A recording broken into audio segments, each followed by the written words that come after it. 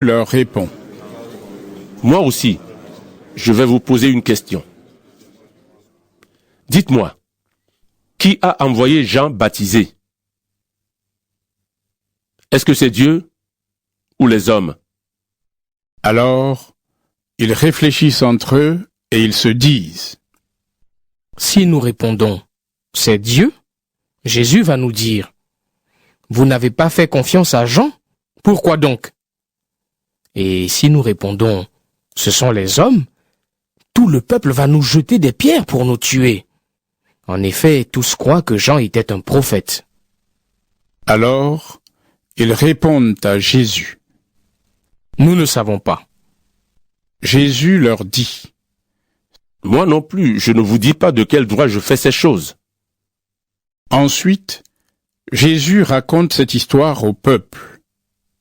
Un homme plante une vigne. Il la confie à des vignerons et il part en voyage pour longtemps. Au moment de la récolte, il envoie un serviteur vers les vignerons pour aller chercher son raisin. Mais les vignerons frappent le serviteur et il le renvoie sans rien lui donner. Le propriétaire envoie un autre serviteur. Les vignerons le frappent, l'insultent et il le renvoie sans rien lui donner. Le propriétaire leur envoie un troisième serviteur. Les vignerons le blessent lui aussi et il le chasse. Alors le propriétaire de la vigne se dit « Qu'est-ce que je vais faire? Je vais leur envoyer mon fils très aimé, ils vont sans doute le respecter. » Mais quand les vignerons voient le fils, ils se disent entre eux « C'est lui qui sera le propriétaire plus tard. Tuons-le et la vigne sera à nous. » Ils le font sortir de la vigne et ils le tuent. Jésus demande. Qu'est-ce que le propriétaire de la vigne va faire? Il va venir, il va tuer les vignerons et il donnera la vigne à d'autres. En entendant cela, les gens disent. Non, jamais! Alors, Jésus les regarde et il leur dit. Que veut dire cette phrase des livres saints? La pierre que les maçons ont rejetée est devenue la pierre principale de la maison. Tous ceux qui tombent sur cette pierre auront le corps brisé. Et si cette pierre tombe sur quelqu'un, elle l'écrasera. Les maîtres de la loi et les chefs des prêtres comprennent que Jésus a raconté cette histoire contre eux. C'est pourquoi ils cherchent à l'arrêter tout de suite. Mais ils ont peur du peuple. Alors ils surveillent Jésus et ils envoient vers lui des hommes qui font semblant d'être fidèles à Dieu. Ces gens-là veulent trouver des erreurs dans les paroles de Jésus. Ainsi, on pourra le livrer au gouverneur qui a pouvoir et autorité sur le pays. Il lui pose cette question. Maître, nous le savons. Tu dis et tu enseignes des choses justes. Tu ne regardes pas l'importance des gens, mais tu enseignes en toute vérité ce que Dieu nous demande de faire. Dis-nous, est-ce que nous avons le droit de payer l'impôt à l'empereur romain ou est-ce que c'est interdit? Mais Jésus comprend que c'est un piège et il leur dit. Montrez-moi une pièce d'argent. Sur cette pièce, il y a l'image et le nom de quelqu'un. De qui donc? Ils répondent. De l'empereur. Alors Jésus leur dit. Eh bien, rendez à l'empereur ce qui est à l'empereur, et rendez à Dieu ce qui est à Dieu. Le peuple écoute. Les maîtres de la loi et les chefs des prêtres ne peuvent pas trouver d'erreur dans les paroles de Jésus. Ils sont très étonnés de sa réponse, et ils se taisent. Quelques Sadducéens s'approchent de Jésus. Les Sadducéens ne croient pas que les morts se relèveront. Ils posent cette question à Jésus. Maître, Moïse a écrit pour nous dans la loi. Un homme a un frère marié. Si ce frère meurt sans enfant, l'homme doit se marier avec la veuve. Ainsi, il donnera des enfants à son frère qui est mort. Eh bien, supposons ceci. Il y a donc 7 frères. Le premier se marie et il meurt sans enfant. Le deuxième se marie avec la veuve et il meurt sans enfant. Il arrive la même chose au troisième et aux autres aussi. Les 7 frères meurent sans laisser d'enfants. Finalement, la femme meurt à son tour. Quand les morts se relèveront, elle sera la femme de qui? En effet, chacun des 7 frères a été son mari. Jésus leur répond. Dans ce monde, les hommes et les femmes se marient. Certains, Dieu les juge dignes de vivre dans le monde qui vient, et donc de se relever de la mort. Mais ces hommes et ces femmes ne se marient plus. En effet, ils ne peuvent plus mourir, parce qu'ils sont comme les anges. Ils sont fils de Dieu, parce que Dieu les a relevés de la mort. Et Moïse a montré clairement que les gens se réveillent de la mort. En effet, quand Moïse raconte l'histoire du buisson, il appelle le Seigneur le Dieu d'Abraham, le Dieu d'Isaac et le Dieu de Jacob. Jésus ajoute. Dieu n'est pas le Dieu des morts, mais il est le Dieu des vivants, parce que tous vivent pour lui. Quelques maîtres de la loi disent à Jésus. Maître, tu as bien parlé. Et ils n'osent plus lui poser d'autres questions. Alors, Jésus leur dit. Les gens disent que le Messie est fils de David. Mais comment peuvent-ils dire cela? En effet, dans le livre des psaumes, David lui-même dit, « Le Seigneur déclare à mon maître, « Viens t'asseoir à ma droite, je vais mettre tes ennemis sous tes pieds. » Donc David appelle le Messie « Maître ».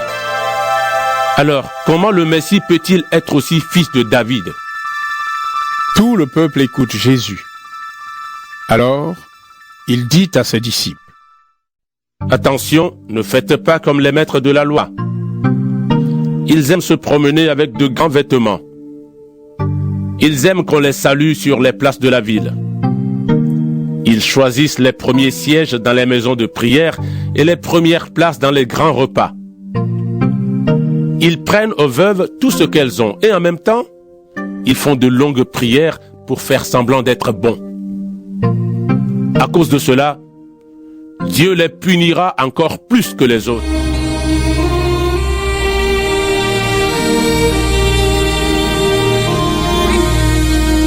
Vous écoutez Radio Respiration FM.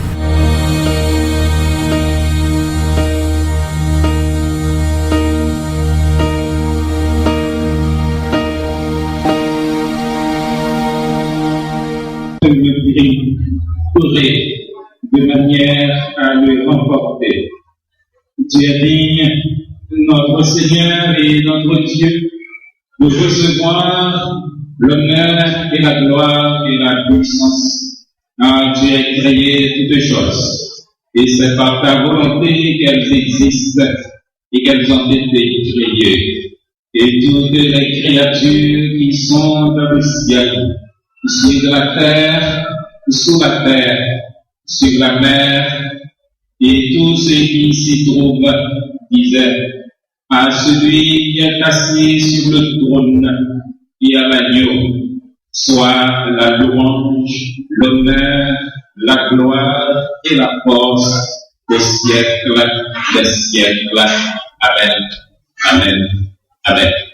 Mes frères et mes sœurs, dans l'espérance, auditeurs et internautes de Radio Respiration FM, c'est par ces paroles sacrées que la première église baptiste de Port-au-Prince ouvre son deuxième culte du jour, ce jour qui est 15 juin 2014. Humilions-nous pour la faiblesse de notre foi, de notre espérance et de notre charité.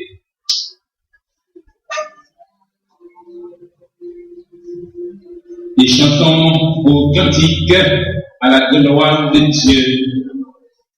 Dieu fort et grand, Tu vois toute ma vie.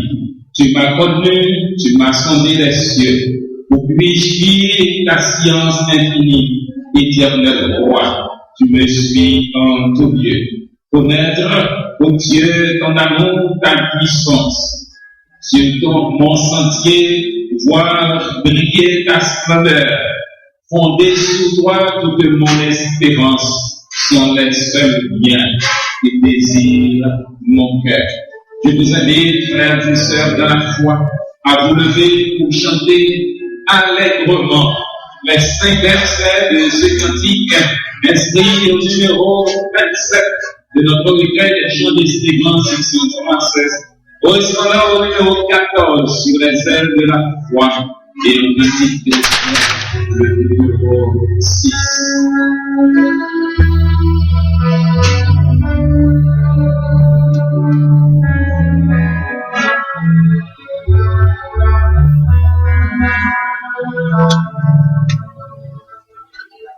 Dieu